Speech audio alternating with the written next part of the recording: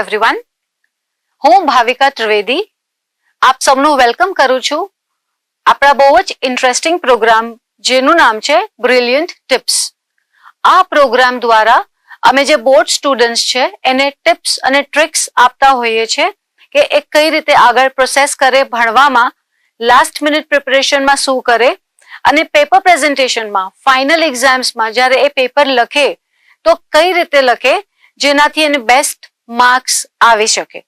આ પ્રોગ્રામ જોયા પછી અને આ પ્રોગ્રામમાં જે અમે તમને ટિપ્સ અને ટ્રિક્સ આપીશું, જો તમે એ ફોલો કરીશો તો આઈ એમ શ્યોર કે જો તમારા અત્યારે જે બી સ્કોર આવતા હશે, માનો કે તમે 50% સ્ટુડન્ટ છો કે 70% કે 80% સ્ટુડન્ટ છો, જો આ ટિપ્સ અને ટ્રિક્સ અમે જે આપીએ છીએ તમે ફોલો કરશો તો આઈ એમ શ્યોર કે તમારા સ્કોર ટુ સમ એક્સટેન્ટ 10% જેવા તો શ્યોર વધશે.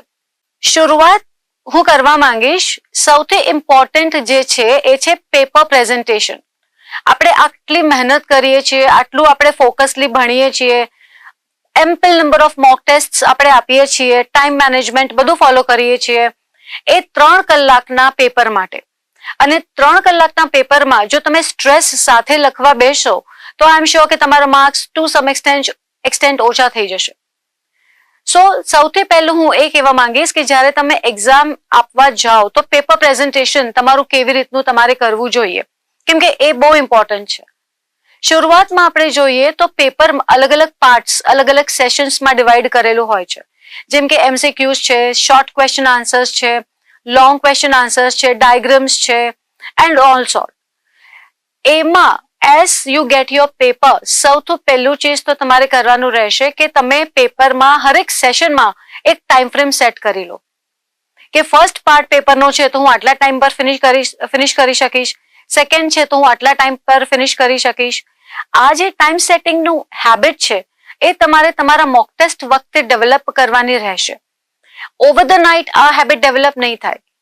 આ રેકોર્ડિંગ, આ સેશન, આ ટેલિકાસ્ટ એટલે જ વેલ ઇન એડવાન્સ કરવામાં આવે છે કે તમને ટાઈમ મળે જે ટિપ્સ અને ટ્રિક્સ અમે આપીએ છીએ એ વસ્તુને પ્રેક્ટિસ કરવા માટેનું.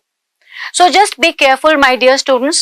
The first and the foremost thing that you have to do is manage time, not for the study purpose, manage time for giving answer, to give the best in your paper when you're writing your paper. તમે જ્યારે paper લખો છો એ વખતે. હવે આ કહેવાનું reason એ છે people, જ્યારે તમે પેપર લખો તો તમારા પાસે બફર છેલ્લે 5 થી 7 મિનિટ હોવી જોઈએ પેપર રિવાઇઝ કરવા માટે કે તમે શું લખ્યું, તમે કેવું લખ્યું, તમે ટુ ધ પોઈન્ટ લખ્યું કે નથી લખ્યું, તમે સિક્વન્સમાં આન્સર્સ લખ્યા છે નથી લખ્યા, કોઈ પર્ટિક્યુલર ક્વેશ્ચન તમે ભૂલી ગયા છો બીકોઝ ઓફ સ્ટ્રેસ. ઓકે, આ નાની એવી વસ્તુઓ છે, these are small things, but આ નાની વસ્તુઓના દ્વારા તમારા છેલ્લે અમુક પર્સન્ટેજ ઓછા થઈ જતા હોય છે. So be careful. સૌથી મોટી અને સૌથી ઇમ્પોર્ટન્ટ ટ્રીક એ છે કે when you are giving the paper, please તમે તમારા પેપરનો ટાઈમ પ્રોપરલી સેટ કરી લેજો, because you have practised enough. તમારી એનફ પ્રેક્ટિસને હેમ્પર ના કરે, તમારા સ્કોર છેલ્લે ના બગડે એના માટે. Secondly, I am a teacher for the subject English. હવે ઇંગ્લિશની આપણે વાત કરીએ અને પેપર રાઇટિંગની વાત કરીએ, પેપર રાઇટિંગ પેટર્નની વાત કરીએ તો ઇંગ્લિશમાં જસ્ટ બી કેરફુલ કે તમે જે આન્સર લખો છો એ ટુ ધ પોઈન્ટ આન્સર હોય. તમે ક્વેશ્ચનનો કીવર્ડ છે એને અંડરલાઈન કરો, એને સમજો. Yes, you heard right. હું તમને કહું છું કે તમે ક્વેશ્ચનનો કીવર્ડ સમજીને અંડરલાઈન કરો. When you understand the question keyword, તમે રિલેટેડ આન્સર આપવામાં ભૂલ નહીં કરો. Right? Even in the answer sheet એમાં પણ તમે પોતાના જે કીવર્ડ છે, ક્વેશ્ચનના જે કીવર્ડ છે, જે મેઇન આન્સર છે એને પણ અંડરલાઈન કરો. So when you underline this things તો કેવું થશે કે the checker, the test examiner, એમને ઇઝી પડશે તમને સ્કોર આપવો અને સ્કોરિંગ કરવું. The second tip for paper presentation is, આપણને એવું લાગતું હોય છે કે હું પેપરમાં અલગ અલગ પાર્ટમાં અલગ અલગ આન્સર્સ લખી શકું, but it is not that. તમને ઘણા એવા લોકો કહેશે કે yes you can do it, but હું તમને સ્ટ્રોંગલી રિકમેન્ડ કરીશ કે તમે જે પેપરનો ક્વેશ્ચનનો સિક્વન્સ છે એ સિક્વન્સમાં આન્સર લખો. માનો કે તમને કોઈ પર્ટિક્યુલર આન્સર નથી આવડતો તો યુ કીપ દેટ પ્લેસ, એટલી જગ્યા છોડી અને તમે પછી બીજો આન્સર લખો, so that when you come back તો તમારો સિક્વન્સ આન્સરનો ચેન્જ ના થાય. હવે સિક્વન્સ આન્સરનો ચેન્જ નહીં થાય તો that will be a boon to you, that will give you a better score. જ્યારે કે તમે હેપહેઝર્ડ આન્સર લખો છો તો પછી એક્ઝામિનરને પ્રોબ્લેમ થતી હોય છે રિલેટ કરવામાં, અને there are high chances કે તમારા માર્ક્સ એમાં ઓછા થઈ શકે. The other thing I would like to tell you is underline the essay topics, underline the notice topics, underline the email, whatever content. આપણે ઇંગ્લિશની વાત કરીએ તો તમને email writing આવે, notice writing આવે છે, તમને essay writing આવે છે.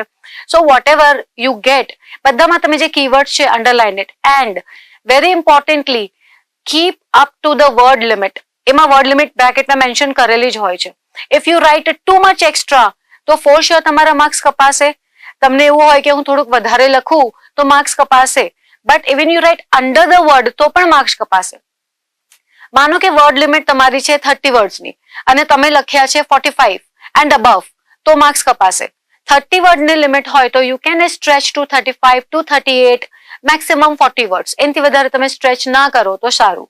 અને જો એનાથી ઓછું લખશો તો obviously that will matter your scoring. Fine. So these are some paper presentations. અને એક અગત્યની વસ્તુ અહીંયા એ પણ છે કે જ્યારે તમે એક ક્વેશ્ચન પૂરો કરો તો leave a line and then write the other question and the other answer. Question obviously we don't write in the answer sheet, but answer લખવા માટે તમે એક લાઇન છોડો અને then you write another answer.